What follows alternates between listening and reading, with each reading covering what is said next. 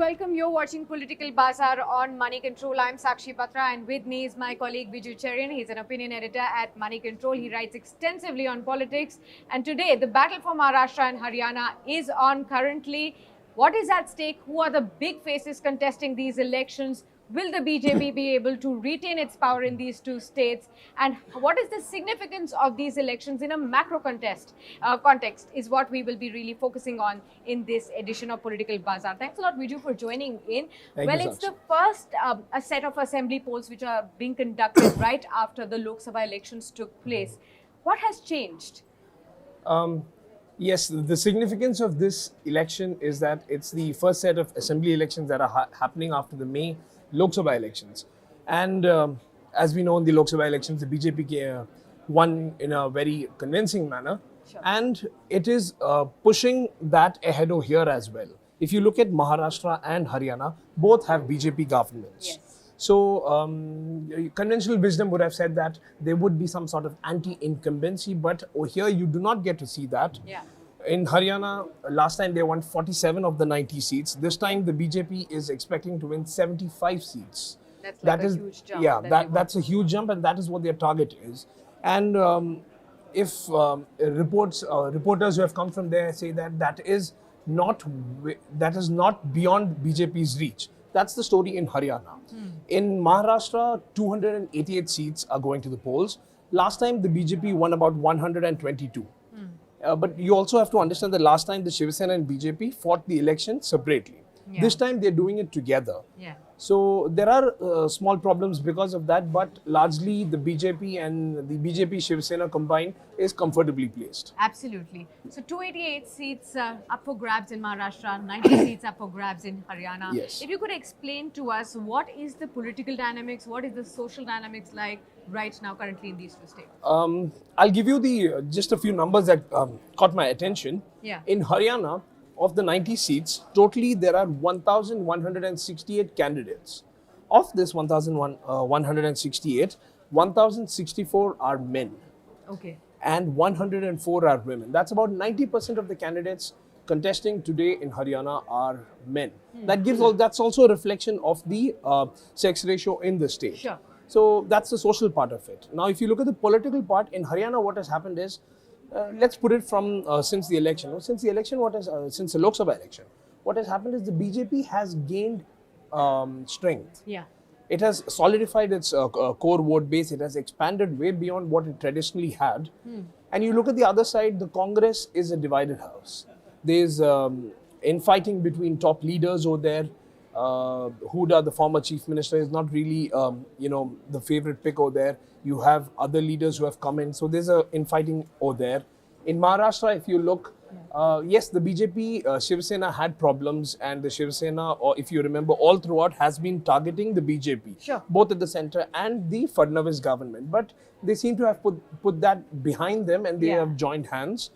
And that should work to their advantage. The Congress, again, as we see in Haryana, it is a divided house. Sanjay Rawat, who was the Mumbai chief, had open differences with Milind Deora. This has all affected the morale of the Congress over there.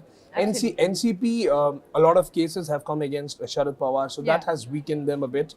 But saying that, Congress NCP combined is not really a pushover as many would have thought it would be. Absolutely. So a whole lot of contenders are being watched out for. Which are the top contenders that you're looking at? Because we have experienced people. We also have people and personalities from sports this time around. Oh yes. I've got a list of names. I'll just read out the ones which I think are important. I'll tell you why they're important. Yeah. In Haryana, Manohar Lal Khattar, he was a first-time MLA and a chief minister last time. So this is the second election. But over the past term, he has really gained in popularity in that sense. And this will be his first test after the 5 years. So he's there, and he's a non-Jat chief minister. The first the state is having in about 18 years, 2 decades. So it's important to see how the people react to Qatar. From all given things, it is going to be positive. Another thing is Bhupender Singh Huda, because yes, he has his stronghold. But the infighting in Congress, it has to be seen how it's actually going to affect Huda's chances. Sure. if you look at the BJP's line, it's got sports persons, it's got wrestling stars and the Commonwealth gold medalist Babita Phogat, it's got Yogeshwar Dutt, and it's got for hockey star Sandeep Singh. Sure. It's got social media star Sonali Phogat. Yeah. So they've covered quite a bit of it. Another important seat, if I may say, is the seat in which Sonali Phogat is actually fighting. She's fighting against Kuldeep Bishnoi. And that's important because Bishnoi is a senior Congress leader, a son of a former chief minister. And the fight over there is said to be a tight one. Sure. That's the case in Haryana. Yeah. In Maharashtra, it seems every party has important candidates. If you look at the BJP, Devendra Fadnavis. Yeah. Now, Devendra Fadnavis, last time when he came, was not really considered to be one of the natural choices to become the chief minister. But in the last 5 years, he has proved himself. Yeah. So for him, this is a chance of actually solidifying it. So, cementing his position in the state as a BJP leader. Right. Then, of course, you have Aditya Thackeray. Yes. The importance of Aditya Thackeray contesting elections from Voli is that he's the first member from the Thackeray clan, because Balasaheb Thackeray or Uddhav Thackeray have not stood for elections. So he's the first one going the election way in that sense.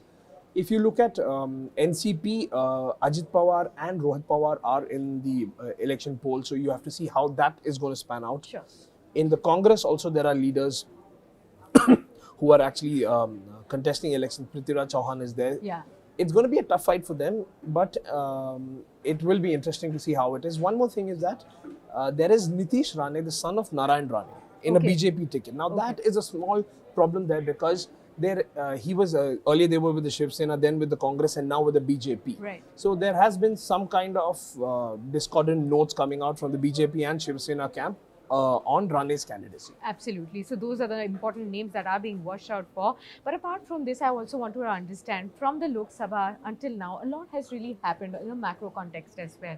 We have seen, first of all, a bold decision by the government as to abrogation of the Article 370. Yes. We also have seen a major decision on the triple talaq bill. We've also witnessed the kind of economic slowdown that we are witnessing right now. So these are some of the important issues right now. Do you think the voters will be considering all these and placing their votes on these? Which are the top issues right now that the voters will be looking for? Going by the campaign, Sakshi, I'll tell you what the feeling that I get is that let's take Haryana and then Mara. In Haryana, a major issue which almost all parties have focused, especially the BJP, is the abrogation of Article 370.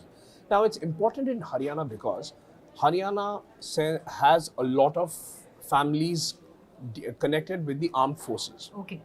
So 370 removing the abrogation of 370 is a big issue in Haryana. Another thing which is also common with Maharashtra is the economic slowdown that is there. So joblessness is an issue there, but how much have the opposition parties been able to capitalize on that and put the government on a back foot is a question. Because many people have not really focused on this. The narrative has really been focused in, especially in Haryana, it's been on Article 370. Right. Now, when you go to Maharashtra, it's a slightly different thing. Yes, 370 has been talked about a lot, but if you look at it, BJP to a very great extent was managed to take the conversation to the manifesto point which it has about Bharat Ratna for Sarwarkar. So a lot of discussion was there on that. But yes, the farm distress, the floods that Maharashtra faced recently, and the economic slowdown. Yes. Also RA. RA, especially and PMC scam. PMC scam and RA are very important, or I would consider to be top on the list issues for people in Mumbai. I'm not so sure how for the urban Mumbai population, but the economic slowdown and farm distress and floods, these are issues which are on the top in Maharashtra. Absolutely. Now, I wanted to understand a little bit from the voter turnout perspective. Till the time we've come to know, I have the latest data for 2 p.m. We've come to know that in Maharashtra, we've seen a voter turnout of over 30%. In Haryana, so far, we've got a turnout of about 37%. What does that really reflect?